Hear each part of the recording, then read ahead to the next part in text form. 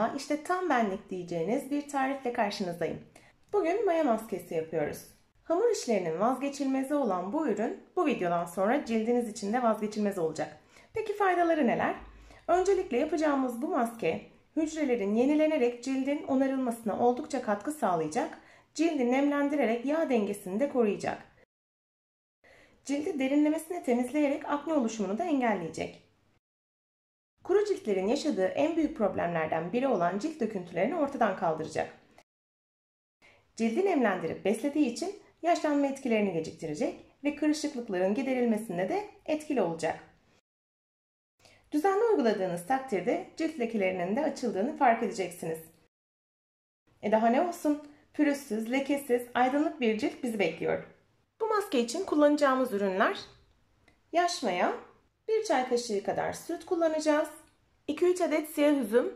Biliyorsunuz siyah üzüm sağlığımız için de çok faydalı bir meyve. Cildimize de büyük fayda sağlayacak. Ve son olarak birkaç damla limon kullanacağız. Oda sıcaklığında beklemiş bir paket yaş mayanın yarısını bir kasenin içerisine alıp içerisine 1 çay kaşığı süt ekleyelim. Sonrasında üzümleri bu şekilde ikiye bölüp bir çay süzgeci yardımıyla suyunu çıkartacağız.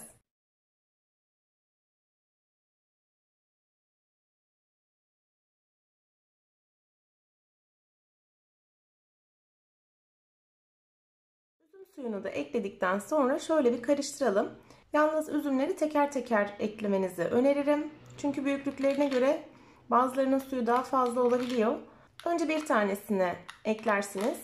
Kıvamına göre eğer ihtiyaç olursa ikinciyi de ekleyebilirsiniz.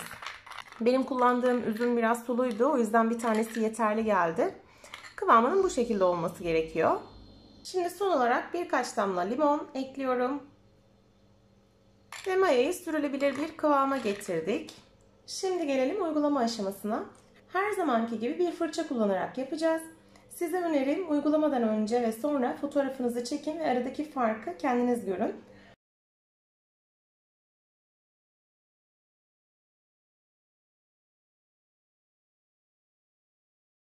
Maskemizi tüm cildimize uyguladıktan sonra tamamen kurumasını bekliyoruz.